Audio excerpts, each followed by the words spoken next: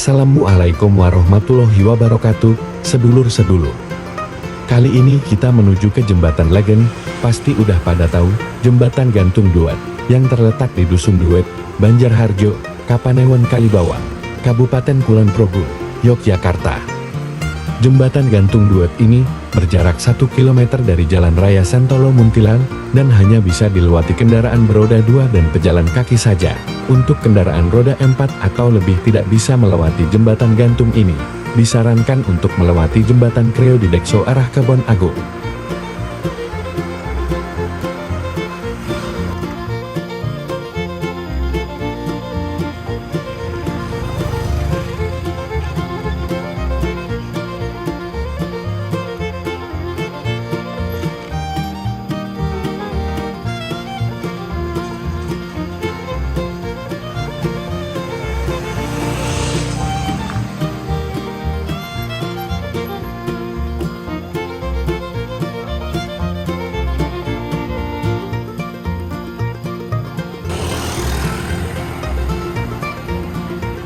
Jembatan Duet atau lebih dikenal oleh masyarakat dengan istilah Krepek Gantung dibangun pada tahun 1930 dan terletak di wilayah Dusun Duet, Kelurahan Banjarharjo, Kapanewon Kalibawang, Kabupaten Kulon Progo. Jembatan Duet merupakan penghubung antara dua wilayah yang dipisahkan oleh Sungai Progo, yaitu wilayah Banjarharjo, Kalibawang, Kulon Progo, Yogyakarta dengan wilayah Ngeluar, Kabupaten Magelang. Tidak hanya berfungsi sebagai penghubung antara dua wilayah di dua provinsi yang berbeda. Jembatan Duet juga memiliki nilai historisnya tersendiri. Jembatan Duet menjadi saksi sejarah peristiwa agresi militer Belanda II di Yogyakarta pada 19 Desember tahun 1948. Peristiwa agresi militer Belanda II menyebabkan kota Yogyakarta berpindah tangan ke pihak Belanda. Kondisi tersebut mengakibatkan TNI mengambil keputusan untuk mengundurkan diri keluar kota sesuai arahan Panglima Besar Angkatan Perang guna mengadakan perang gerilya. Para pemimpin TNI yang bertugas mengatur pertahanan dan memimpin gerilya di antaranya adalah Jenderal Sudirman Panglima Besar TNI, Kolonel Jatikusumo Kepala Staf Angkatan Perang, TB Simatupang Wakil Kepala Staf Angkatan Perang, dan Letkol Soeharto Komandan WHKS 3. Sementara itu pihak Belanda mengatur strategi dengan mengadakan aksi gerakan pembersihan di desa-desa yang dianggap sebagai kubu-kubu pertahanan gerilyawan. Aksi tersebut dilancarkan terus-menerus sehingga membuat rakyat merasa tidak aman dan nyaman. Gerakan Belanda yang bergerak dari arah timur juga memaksa rakyat berbondong-bondong mengungsi ke arah barat dan membaur dengan para pejuang lainnya. Para rakyat yang memutuskan mengungsi ke arah barat kemudian segera melakukan pergerakan melintasi Sungai Progo dan menyebar ke berbagai daerah di sebelah barat Sungai Progo.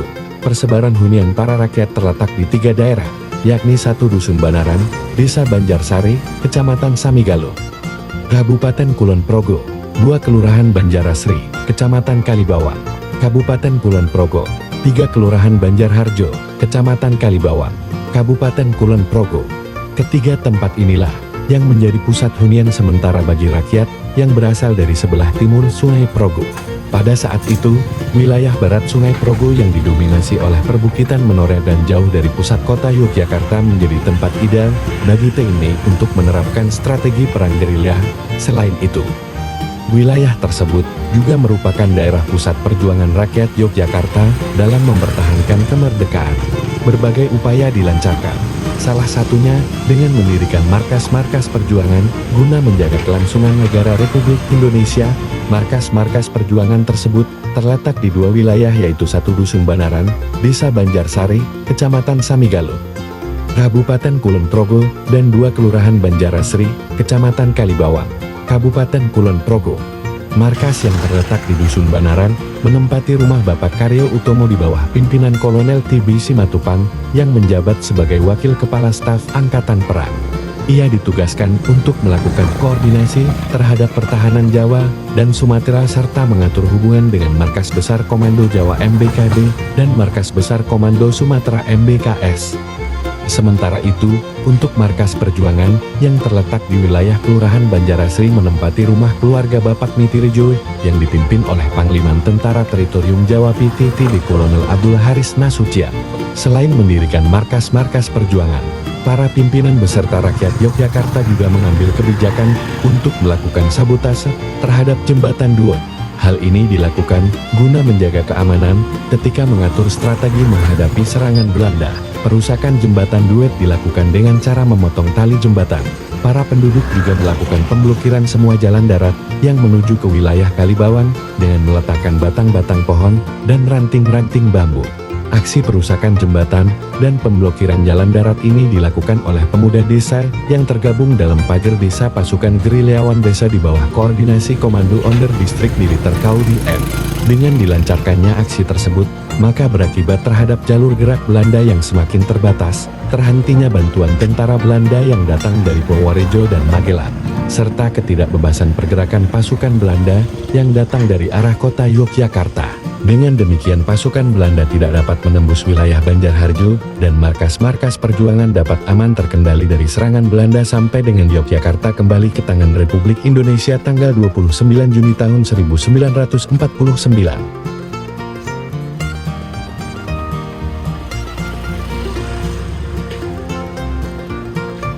Jembatan Duet termasuk dalam tipe jembatan gantung sederhana. Framework jembatan menggantung pada dua kabel utama main suspension kabel dengan kabel penghubung vertikal suspender yang menghubungkan antara kabel utama dengan dasar gelagar. Masing-masing sisi jembatan terdapat 32 kabel penghubung, panjang jembatan 55 meter dan lebar 2,5 meter. Gelagar berupa balok-balok kayu masing-masing berukuran 20 x 15 cm dengan jumlah 264 balok. Pada ujung barat sisi utara jembatan, terdapat inskripsi yang bertuliskan, "Dengan rahmat Tuhan Yang Maha Esa penghargaan pelestari warisan budaya tahun 2008 diberikan kepada pemerintah Banjarharjo, Kapanewon Kalibawang Kulon Progo untuk jembatan Duet. Duet Banjarharjo, Kalibawang Kulon Progo kategori non-gedung. Yogyakarta, 12 November tahun 2008. Gubernur Daerah Istimewa Yogyakarta, Hamengkubuwono ke-10. Ada ujung barat sisi selatan jembatan, terdapat inskripsi yang bertuliskan, "Bangunan Jem Duet 25 Juni tahun 1960.